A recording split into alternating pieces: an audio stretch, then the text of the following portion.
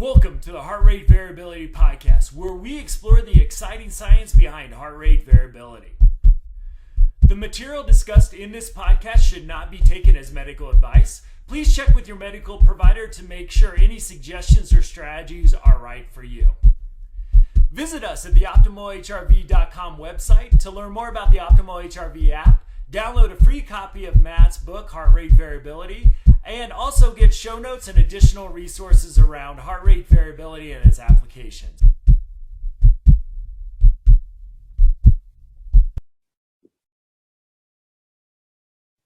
Hello again, everybody, and welcome to another episode of the Heart Rate Variability Podcast. Jeff Summers back here with my co-host, Matt Bennett. And welcome back, Jeff. It's been a while. It has been a while. Super excited to be here, not only to talk again to you, which is always a pleasure, but we've got a distinguished guest and friend, Dr. Janell Mensinger, joining us today to talk about the really cool research she is doing. So Dr. Janell, how are you today? I'm doing great. I'm so happy to be here and see you guys again. We had such a great time last month at where were we? The AAPB or conference? The conference in Dallas, suburb of Irving, Texas. Irving, everybody's first trip post-COVID. It was the first conference back. Yeah, absolutely. It was a lot of fun. I forgot how fun conferences were. Yeah, and Janell's amazing. I think That's before right. she kind of formally introduces herself, we hadn't talked through the research study, I don't believe. And so I met her. I would have called her a friend after about 90 minutes, invited her to join our nonprofit board at Optimal Innovation Group. I think day 2 that I met you. So, it's so exciting to be back at conferences. You just don't get that. One is you don't usually become fast friends with someone. We were already exchanging how we could go to each houses for vacation by day 3. So dog sitting, we each have bad dogs. So that's right. It was a blast. That's right. Well, after your recent move to Florida and the swimming pool in the backyard, yes, and Matt's availability to skiing, it made sense. For kind of resort living at home, right? Exactly. And we both have bad dogs, so maybe dog sitting. We would normally not ask someone to dog sit our dogs, but yes, the bad dog commonality could make this a lot easier too. Fast friends. We love bad dogs. It is amazing, though, what being back in person can do. Because, Janell, I mean, you and I have known each other for, all three of us, for over a year now, right? As we were studying, kind of getting prepped for the study. And always had a great relationship and rapport via Zoom, but obviously, you take it to the next level when you actually get to spend some time together. So it sure does. It sure does. It was such a fun. We are honored to have you as a guest today. We certainly appreciate your time. Yeah, absolutely. So maybe if you don't mind getting started, just a little bit of background on yourself and helping our listeners understand your background and your expertise, and then we'll just kind of get into it from there. Sounds great. So I am an associate professor at Nova Southeastern University. I'm in the Department of Clinical and School Psychology. And my background is really eating disorders research. And I'm also an expert in statistical methodology and measurement theory. So I'm at Nova Southeastern teaching the doctoral students in psychology, statistics, measurement theory, and eating disorders. So it's a really great combination for me, given that I have this expertise in research methodology and statistics and an eating disorders background. And now I'm in a program where I can put both of them to good use. So that's a little bit about me. That's fantastic. So tell us a little bit more about your path and sort of how you honed in on these areas of expertise. I'm very curious. Absolutely. So, eating disorders goes back to my graduate school days. So that takes me to the late 90s. So I've been on this long path of researching eating disorders, for over 20 years now.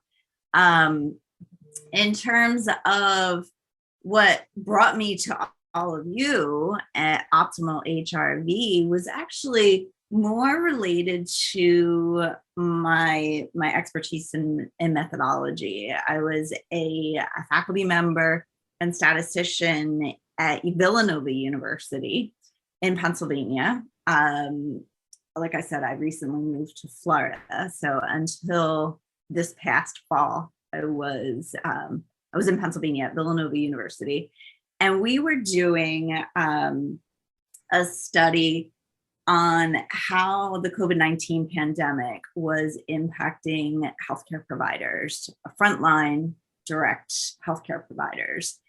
And in our data, I being the statistician, co-PI on the project, was starting to drill down into the data in late 2020. And it was really quite riveting to see what was going on for our frontline healthcare workers. They were burning out. They were really ready to quit. Not surprisingly. I mean, as you all know, Matt, you've been doing a lot of this work in, caring for health or caring for the caring professions, essentially. And there's just a lot of issues with compassion fatigue and moral injury and burnout. And one thing that I noticed, which was actually pretty surprising to me, I guess maybe it shouldn't have been, but that the healthcare providers were coping using disordered eating as a pretty common, coping mechanism.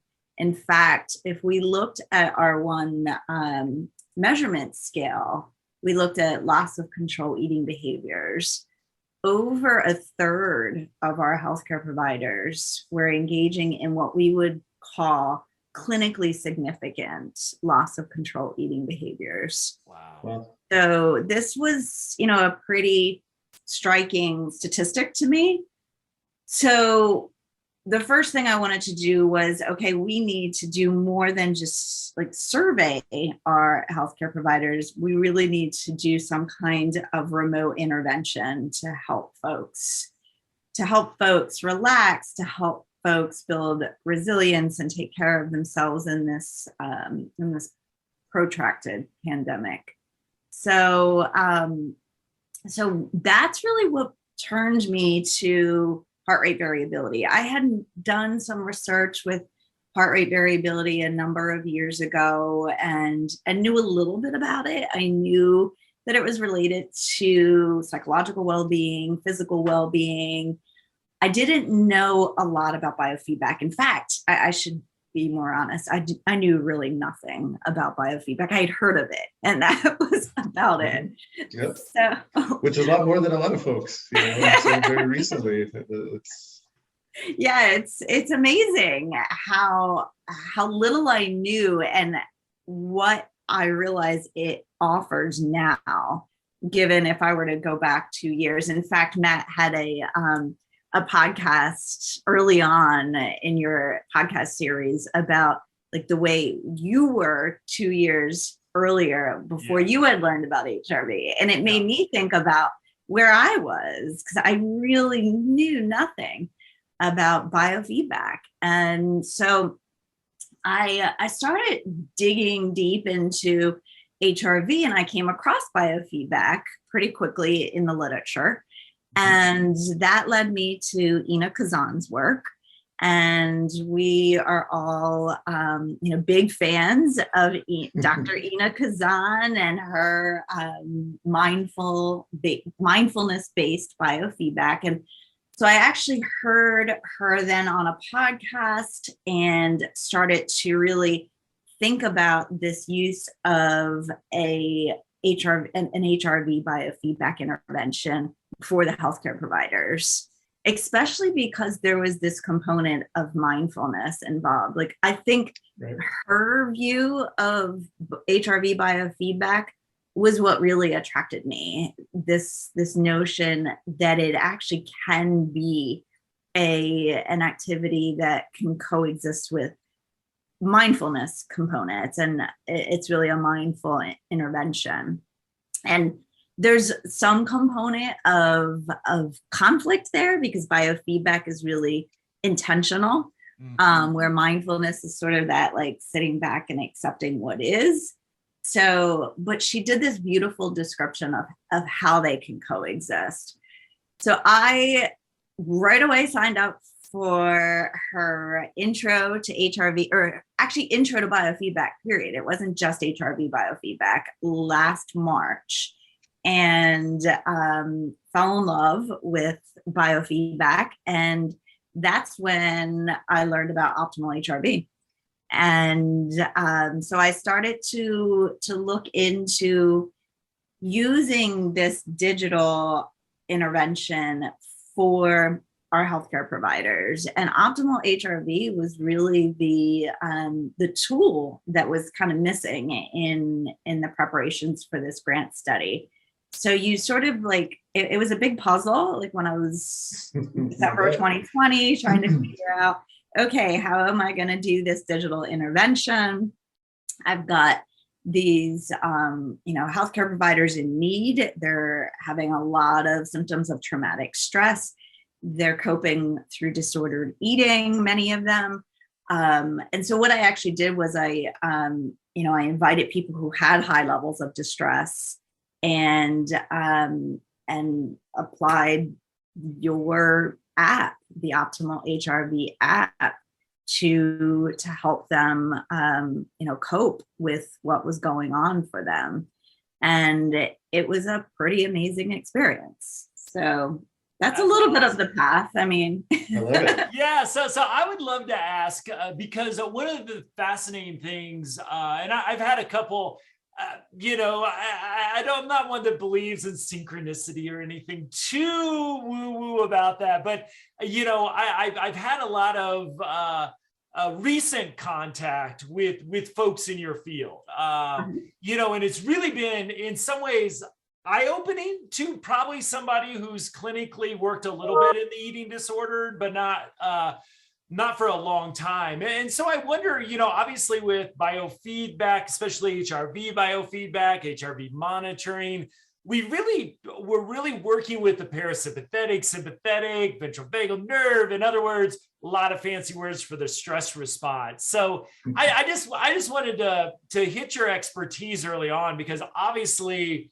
and for those that don't know, healthcare professionals were not doing that great before the pandemic hit when you look at statistically compared to other folks. And what's pretty obvious, I imagine, to everybody, COVID hit the healthcare professionals maybe more than anybody else. I think that's at least as much as anybody else. I think it's a very fair statement.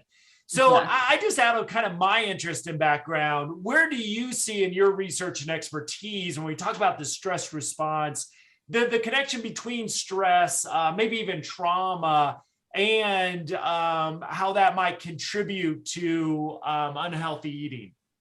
Yeah, so I mean, I'm certain there are connections. We see lots and lots of comorbidity. Yeah. Not surprisingly, as you, I'm sure, are aware, between folks who have had trauma and who ultimately end up with severe clinical eating disorders, and all along the spectrum of just eating distress, disordered eating, or body concerns.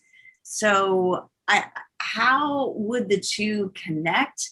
I mean, well, trauma and eating, we know, connect. I think I'm pretty safe to say trauma is a precipitating factor in eating disorders, in disorder eating, in feelings, negative feelings about the body. Mm-hmm. In terms of the stress response, we know that trauma damages the stress response. We know that trauma damages or lowers, I don't know if I should use the word damages, but lowers HRV. Yeah. So I think that if we can get interventions to enhance our ability to cope and enhance the stress response, or sort of strengthen that vagal tone, then we will have some capacity to work on some of those traumatic experiences with folks who are, dealing with this eating distress or disordered eating.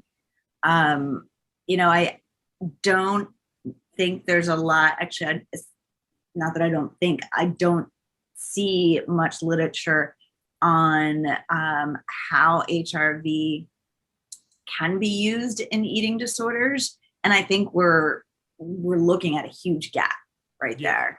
I think that we have overlooked a very good potential adjunctive treatment by considering, not considering, I should say, HRV biofeedback.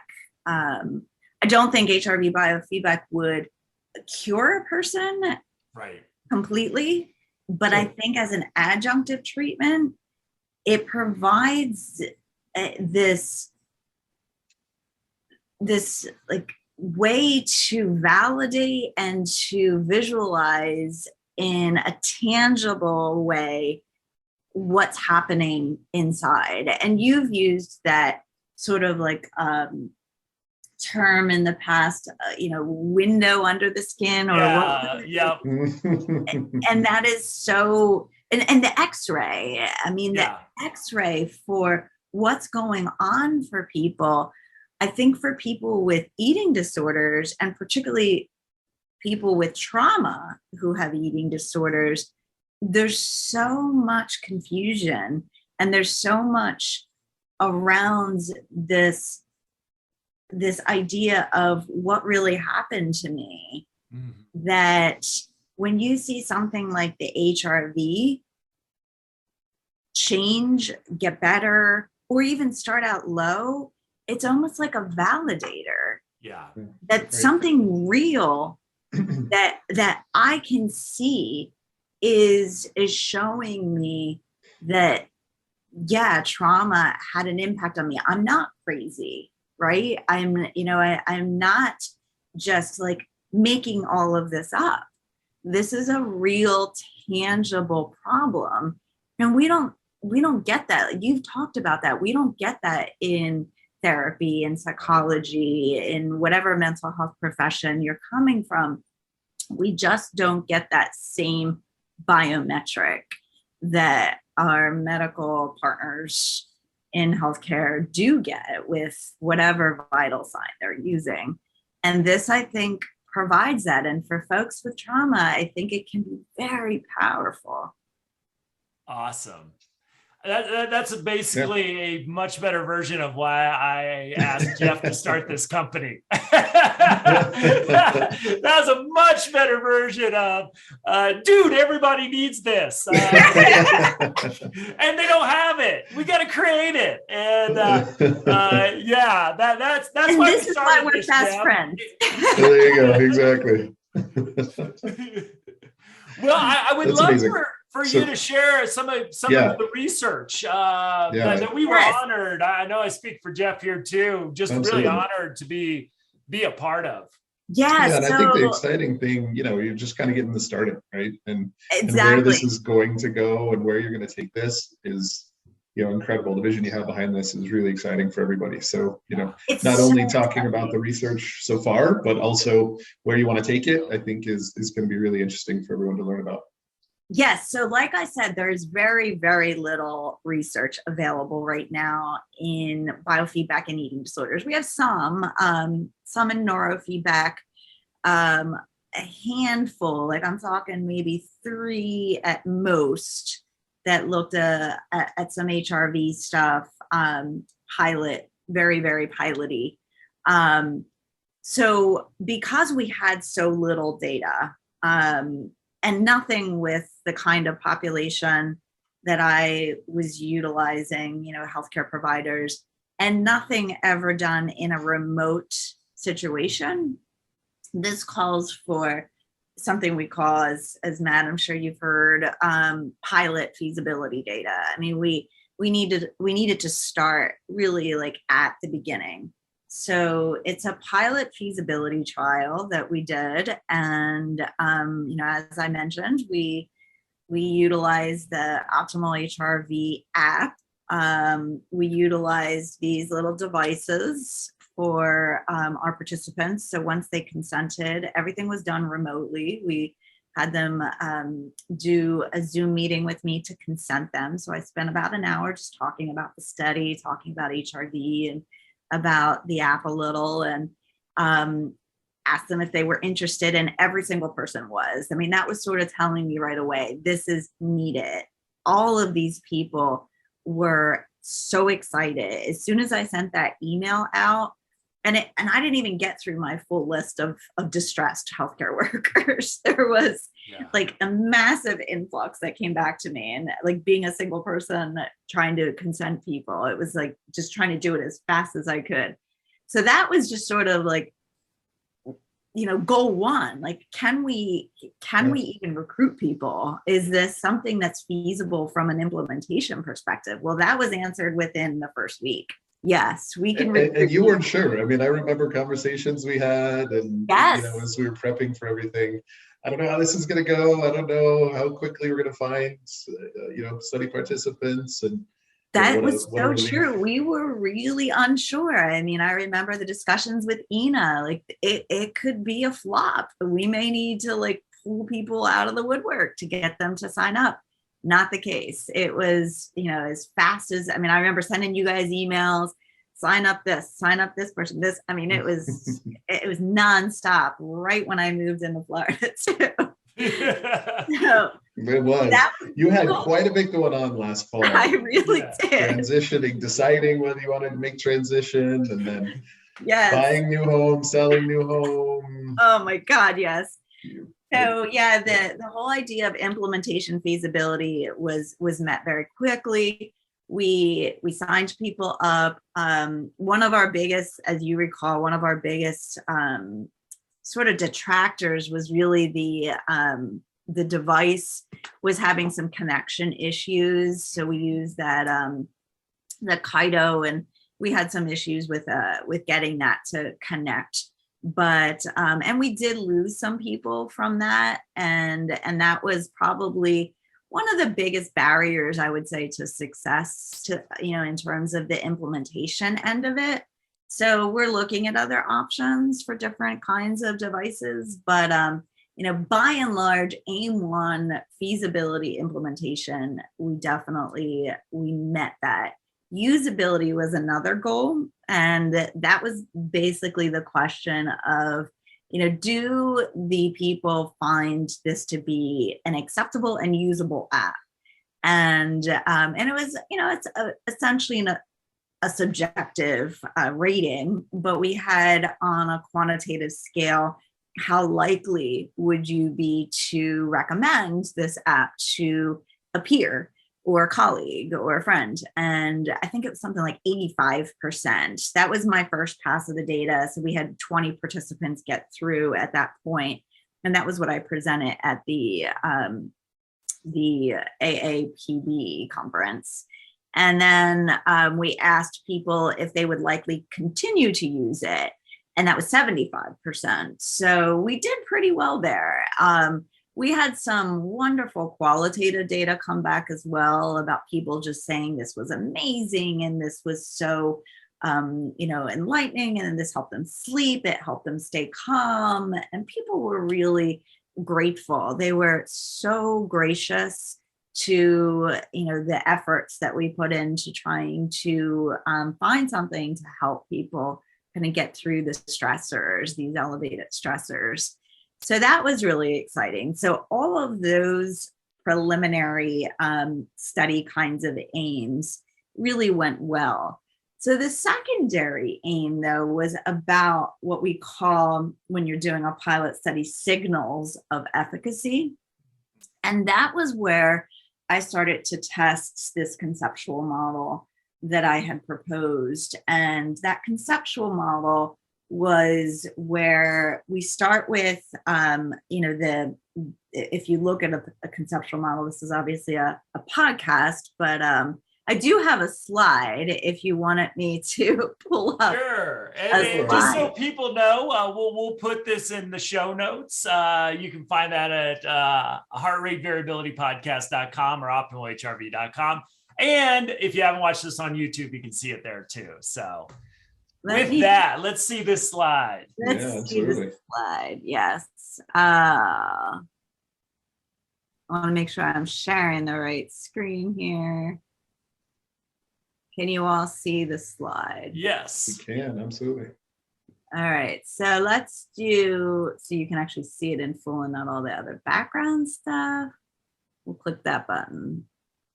Did it come up? No, didn't do anything. There we go. So this is the conceptual model. You have HRV biofeedback on the left, which is just sort of the box that represents what's the intervention we're using.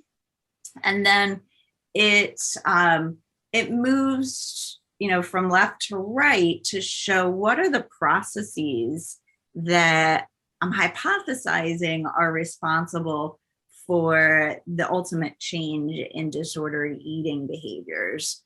So the first process in this model is this notion of interoceptive awareness. And that's sort of a fancy term for basically how do you feel, and are you able to identify those feelings and respond to them in a way that is functional or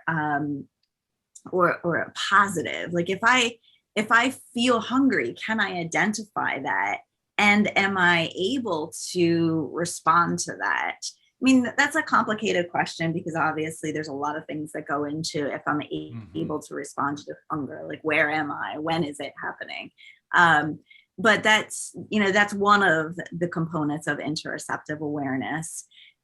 Others relate to, and that's just one of the body related ones. Other things about the body relate to the degree to which you may trust your body, the degree to which you feel safe in your body. So do you have a positive embodied experience, if you will? So this notion of positive embodiment comes out in the body-related interoceptive awareness. And then the other component of interoceptive awareness is emotion-related. Can we self-regulate our emotions? Can we identify our emotions? Can we, can we react to them in healthful ways? So these are the notions of interoceptive awareness that are theoretically improved through something like biofeedback, HRV biofeedback. If you engage in HRV biofeedback, theoretically, your capacity to be interoceptively aware or have good interoception, which is another way to state the same thing, is going to be enhanced. Interoception is what gives us this sort of self-regulatory capacity and improves our ability to cope with stress, to cope with emotions, and to answer the signals from our body: hunger, thirst, heat, being cold. If I'm cold, can I, do I have the capacity to know that? If I'm in pain, do I have the capacity to know that and respond to it and not just keep running if my leg is throbbing? So then once we improve interoceptive awareness, the next step is, in this theoretical model, is mindful self-care behaviors. And these are the behavioral components of kind of what's coming out of what I just described. This might be something like your eating behavior, intuitive eating. So I'm not going to disordered eating yet. Intuitive eating is something quite different. Intuitive eating is listening to the body's signals for hunger and satiety. So when I'm hungry, can I, trust that and respond to it? When I'm full, can I trust that? Do I recognize it and respond to it by stopping eating?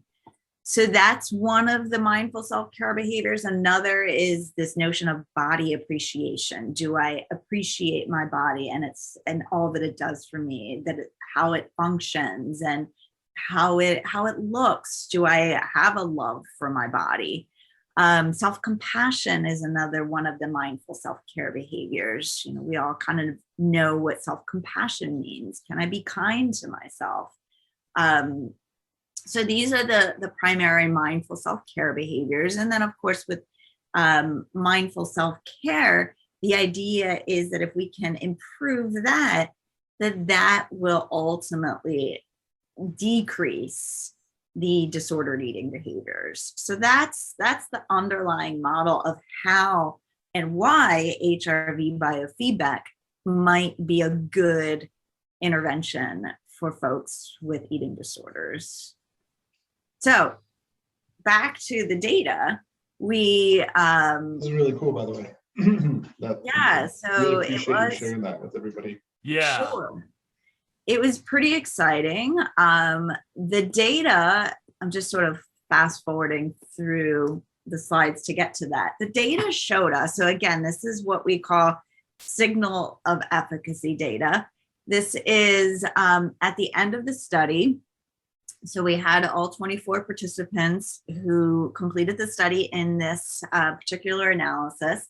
And this slide is showing how both emotion-related and body-related interoceptive awareness have statistically significantly and clinically meaningfully improved after the HRV, the optimal HRV intervention. So we had people utilize the app for 8 weeks, and we measured them on interoceptive awareness using a validated tool before they started HRV biofeedback. And then we measured them after they were completed with the intervention. And what this slide shows through these bar graphs is that scores were on average significantly improved. And we have effect sizes here. And just to give you a few words about what an effect size is, an effect size allows us to really understand the meaning of, or the importance, I should say, of the change. Particularly when you have a lot of people in a study, even a very tiny change can show something that is statistically significant. So what we see a lot of times in research, particularly with, related to health matters, we might see something like, oh, well, the, blood pressure improved, or the people lost weight, and it may be like a pound, or the blood pressure improvement might be like 1 or 2 milligrams of mercury. And it's really not a huge, clinically meaningful change. And effect size kind of allows us to contextualize that change by situating it in the amount of variation in that change. So when we see an effect size around 1, the scale starts at 0, which would be like no effect, and then goes basically to infinity. But when we see something around 1, it's actually considered a very large effect. That means that we have a full standard deviation change in the difference.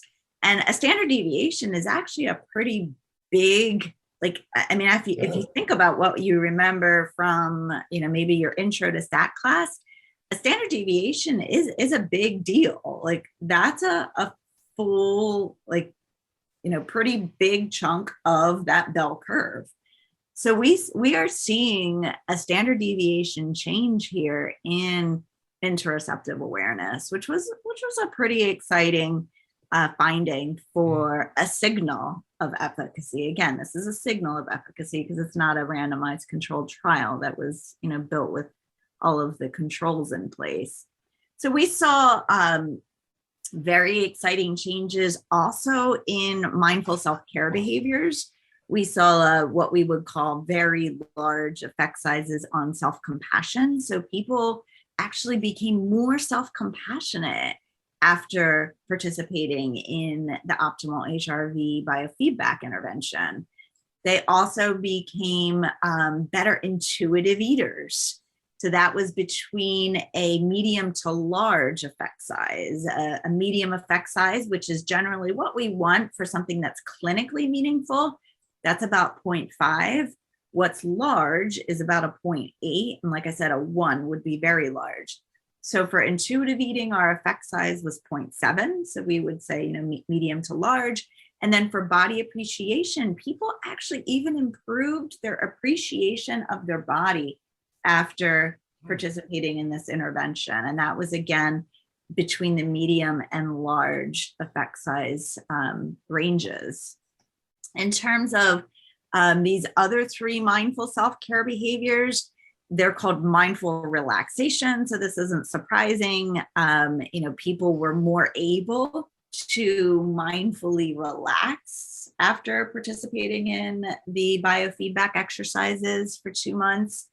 They also were able to engage in better physical care of their bodies. So this was looking at things like, are you drinking water? Are you going on walks? Do you eat fruits and vegetables? Do you engage in things like yoga or taekwondo? I mean, these are some of the examples they gave. And then lastly, which was also a very large effect size, was mindful awareness. So are people mindfully aware of what's going on in their minds and body, which again is not terribly surprising given we found the findings in interoceptive awareness. And then lastly, the most exciting and sort of unknown about this research was, would it do anything to change eating behaviors, disordered eating behaviors? And in fact, we have here also very large effect sizes. So that was, super exciting. Again, we have to remember it's just a pre-post single arm trial. So we don't have the benefits of saying, this is a randomized controlled trial. So there aren't these implicit controls in place. Some of this could be due to timing or history effects, such as, maybe the pandemic, that might have changed from time A to time B. But the fact that we had such large effect sizes here is encouraging, and it's suggestive of support for the conceptual model that I showed, where HRV biofeedback operates through these mechanisms, through these processes of interoceptive awareness, mindful self-care behaviors to enhance or improve a loss of control eating and disordered eting. It's amazing.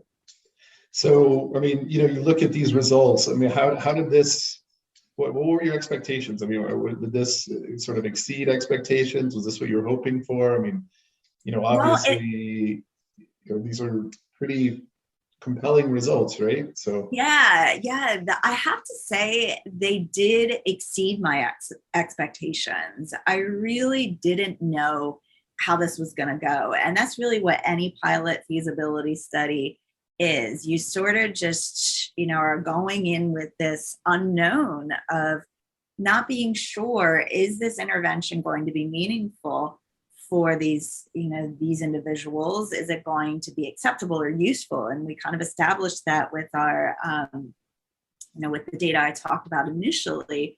But more importantly, is it going to be efficacious? And as a pilot study, again, we have to be wary that sometimes we overestimate effect sizes in pilot studies.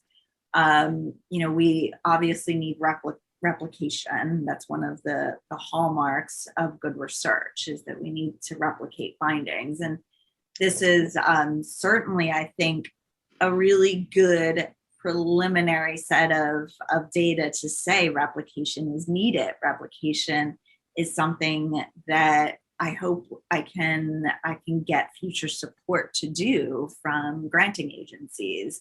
But absolutely, my expectations were exceeded. I thought maybe they would touch upon some of these outcomes, the loss of control eating and disordered eating. But I was feeling like, that I definitely didn't have, really, I wasn't convinced that it was going to do anything there. I thought interoceptive awareness, I think most people in the biofeedback field would suspect that, yeah, it's improving somebody's interoceptive awareness. And we know that folks with poor interoception tend to have more mental health problems. That's something that's been well supported in the data. There's more depression, more anxiety, more trauma.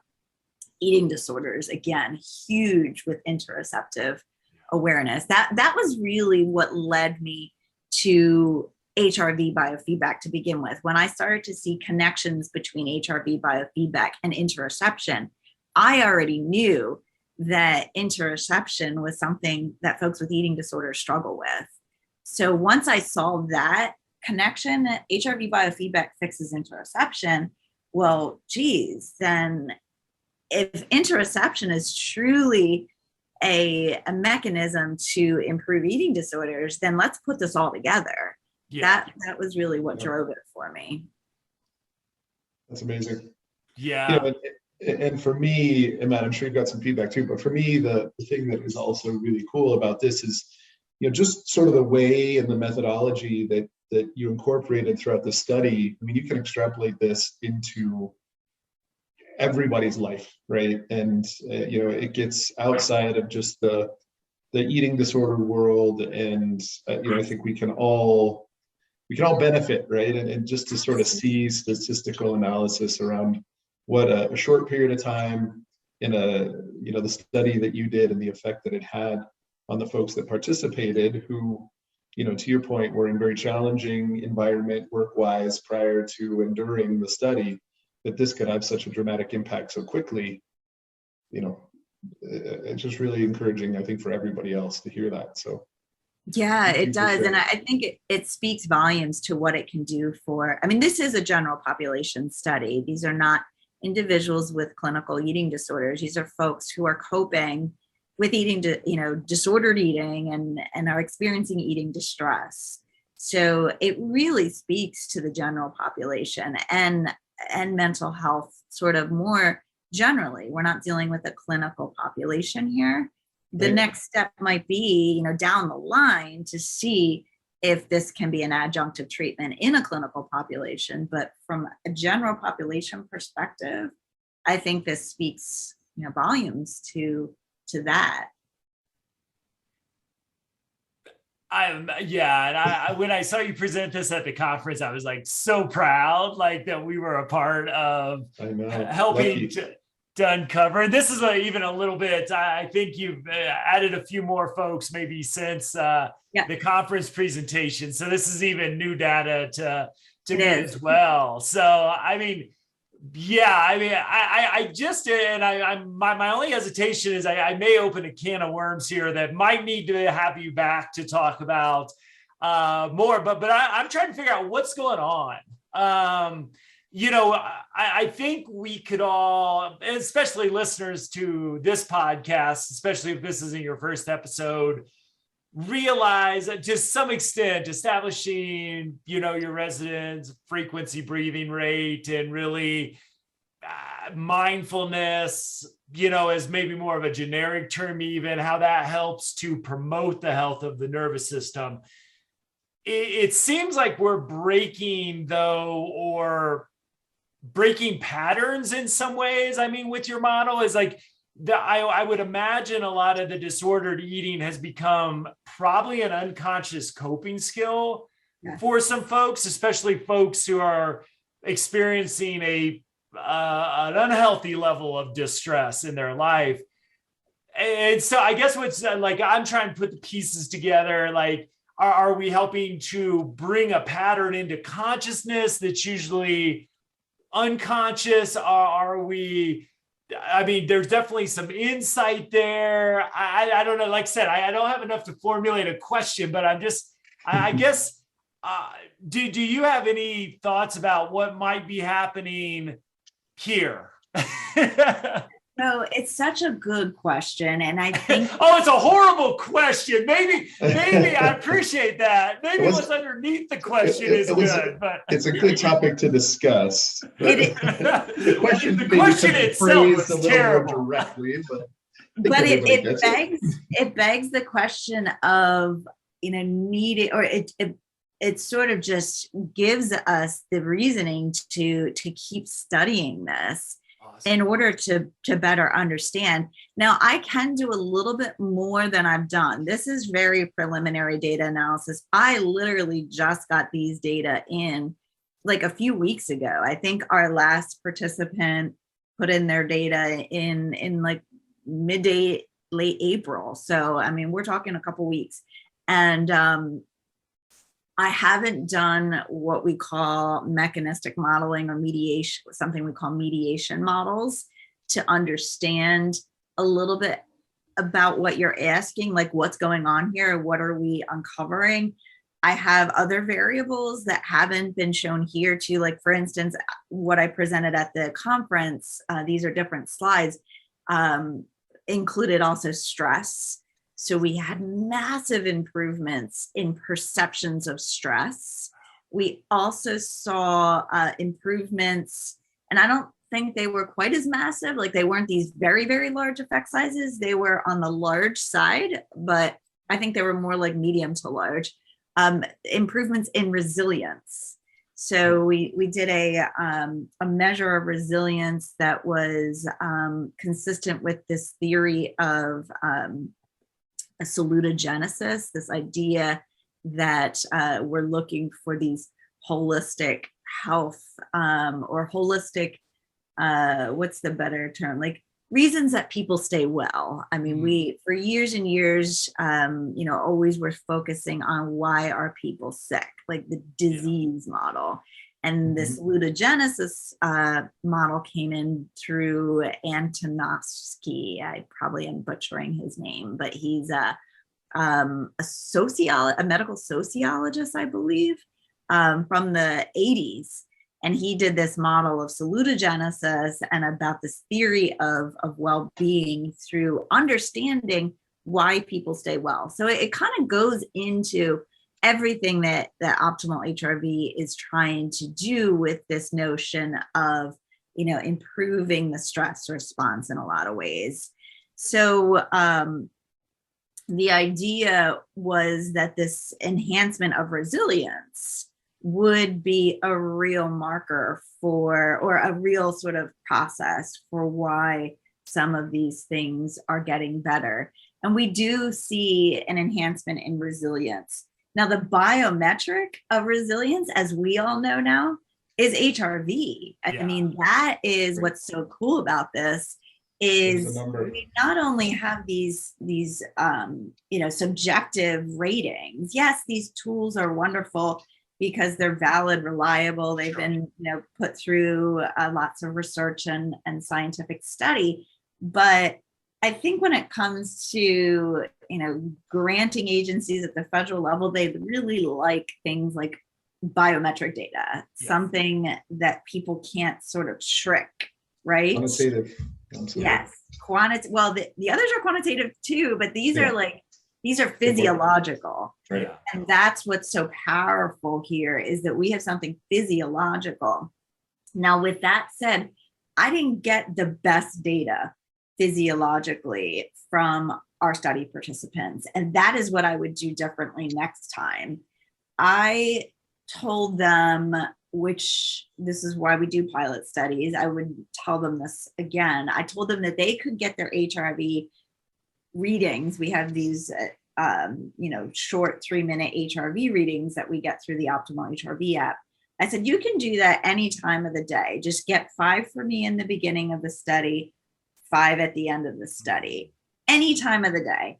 Well, that brought in a ton of user error, variability, like circadian rhythm problems. So I just wanted them to do it. I was afraid if I started like dictating when they should do these things, that they wouldn't do it. So I'm like, just get it for me, just get it done. Like, I don't even know if they were like, I told them to be like still, but we don't know for sure like how valid those readings were. So we had tons of variation. With that said, we still had increases. Was it 15 or 10%?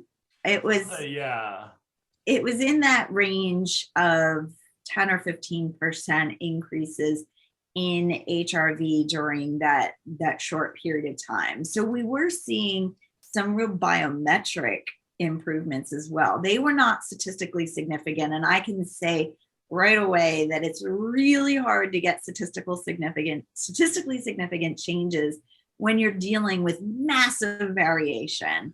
Right. And we had massive variation from HRVs around 6 to HRVs in the hundreds. Yeah. So well, and that was one of those conversations I had with you that really stuck with me is, what do we want to see after 4 weeks? What is like, and I think these are just questions that I'm so excited folks like you are asking with us. It's like, okay, like if we would do this again, what do we see? And we're almost treading new ground, especially with specific disordered eating, for example, where we're probably getting the initial data sets that the universe has ever kind of seen around some of this stuff. So it's so exciting to start to sort of ask those questions, because 4 weeks neurobiologically, epigenetically, not a ton of time, which is what, and so when you start to look at some of this, and obviously where the day, even a little bit of an edge in a short period of time might be incredibly exciting. I think that there's just those questions to ask. And that's where I think control groups and other things, all that stuff that you remind double blind, all that stuff that I can at least spout out.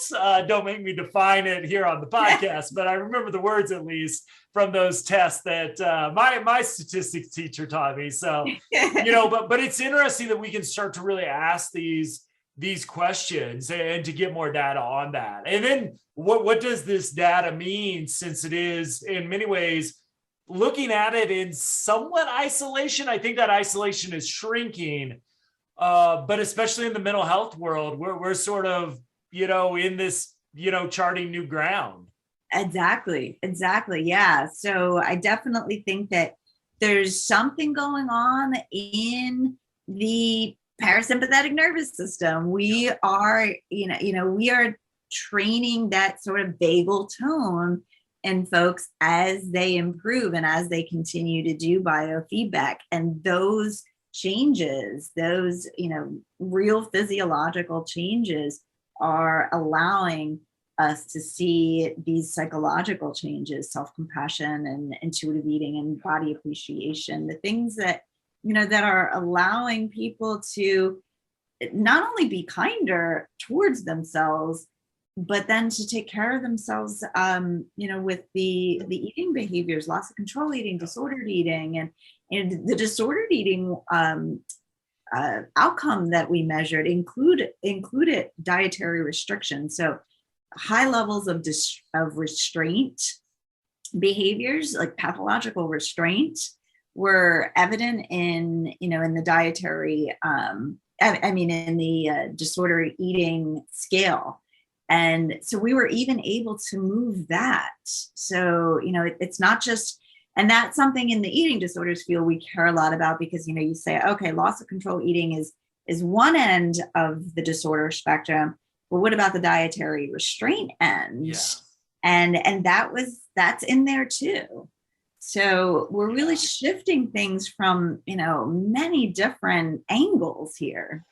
Yeah. And again, some of the just fascinating questions is the diet restriction, because intermittent fasting is ginormous right now in the wellness. So, you were sharing some data where restrictive eating, maybe where it gets to the unhealthy end of the spectrum. Absolutely. We might actually see some short-term increases, again, just big question marks that if we can get some data to fill in like these blanks, it's just going to help to inform the care delivery side of all this, which is, really exciting to start to establish some of these baselines. Absolutely. Yeah. So I just have a lot of hope, and I have a lot of excitement. I feel like this is something that that blends very well into my theoretical frameworks of how I approach my research from what we call a weight inclusive care perspective. This is a biometric that I think we have to be very mindful of not ever moralizing, Absolutely. not ever having it be used in a way that is going to be normalized and presented as this is the range that you should be in. Yeah. That is the bad road that we went down with the BMI, and we know that there's so many problems that are inherent to using the BMI as a biometric to measure anything, let alone health. Yeah. But quote unquote evaluate. Absolutely. Yeah, so with HRV, we're at a very, HRV is not new, but we are at sort of an infancy stage, right, with the way it's used in healthcare, in medicine, and mental health. And if we do it carefully and from this weight inclusive perspective, so we're not moralizing where people fall, then I think we're going to be much, much better off in helping folks have a new window into their well-being. Absolutely. Amazing. Yeah, So, Jeff, I have about 20 more questions, but I'm going to suppress. I got to moderate here. I'm sorry. I'm going to suppress it because I know we're hitting about the 60-minute mark. So, so I appreciate that. We will have a follow-up, absolutely, as your research continues. So I guess last question, I think everybody's probably interested in is, so where are you going to take this now? What's the next step as you've come to such interesting conclusions with the feasibility study? Where do you go from here? So much is left to be done. As I said, replication is sort of the mantra of our field, psychological research. And so my next step, well, not exactly replicating in this population, I am interested in looking at how we can use HRV and HRV biofeedback in people who are training to become healthcare practitioners. And particularly because I am situated in a doctoral training program for psychology, I feel now seeing how stressed out students are. I mean, not that I haven't seen that before. I mean, I've been in academia for 20 years, but being sort of like really amidst a lot of stress in this very vulnerable training stage for folks studying to be clinical psychologists. My next step is to work with all of you and write a grant to try to implement this kind of study with students who are in their first practicum experience. So folks who are taking on new patients for the first time, the amount of stress that I mean, Matt, I'm sure you remember that is entailed in what the heck am I doing? And facing a person and knowing that their mental well-being is being placed in your lap is really, I mean, it's one of sometimes your peers are watching from behind. Yes. Yep. And at least in the clinic at my college, my graduate program, it wasn't like the severity of the cases were low. It was like, I remember, I'll never forget my first client. It was intense. And there were sessions where I had 15 people watching me and critiquing me. Yes. That's stressful. That is stressful. That is absolutely stressful. It would have been interesting to see what happened with my heart rate variability. Right? Because, Yeah, I think leading it up. probably would have been good because I enjoyed the performance aspect of life, but I was also probably lacking quite the self-confidence I developed later on. So Right. I mean, these are generally very young individuals. I mean, yes, we have a range of ages, of course, but they're generally very young, and we want to ensure yeah, that they have the resilience and the capacity to handle the kinds of life stressors that are coming their way, because they're not just treating patients now, they are also taking lots of classes, yes. including statistics. Yeah. So my hope is that we can get this funding. We can have the students use the Optimal HRV app in a similar way as I did for the healthcare practitioners in the biofeedback for champs study. And I would, of course, make some of those adjustments. Hopefully we won't have as many issues with the device connections. Once I, kind of figure out those kind of speed bumps, I will definitely, this time I want to incorporate, and I think, Matt, you really taught me a lot about this. I want to incorporate the use of the HRV itself, the HRV morning readings itself, as a barometer for how to teach the students how to take care of themselves that day. I mean, just in that sort of immediate feedback moment, I started doing it personally and have really just feel like it has benefited my ability to know what I can take on. Yeah. And I feel like, if the student has that sort of window into what's going on for them, that they can preempt some things. Let's not push ourselves today. Let's not go on that, that long run or do that long intensive workout if our body's saying like, hey, you need to take it easy. Yeah. So I do want to incorporate the HRV daily reading component in this new study, and as well as, the measures like I did in the last study. And I'm wondering this time, if I do this morning daily HRV reading, if we do the pre 5-day measurement average and then the post 5-day measurement average again, if just doing it every day and kind of using that feedback for how to take care of yourself and how to sort of, plan your day, then I wonder if we will see a little bit bigger shift this time. Maybe not 10-15%, but maybe that 20% or 25%, or maybe even something greater than that. I know I've seen these shifts in my own HRV. Yeah, and I think that's the exciting thing. They don't have to come into a lab anymore to get those sort of, or you don't have to go to a biofeedback professional. Now, biofeedback professionals have their place.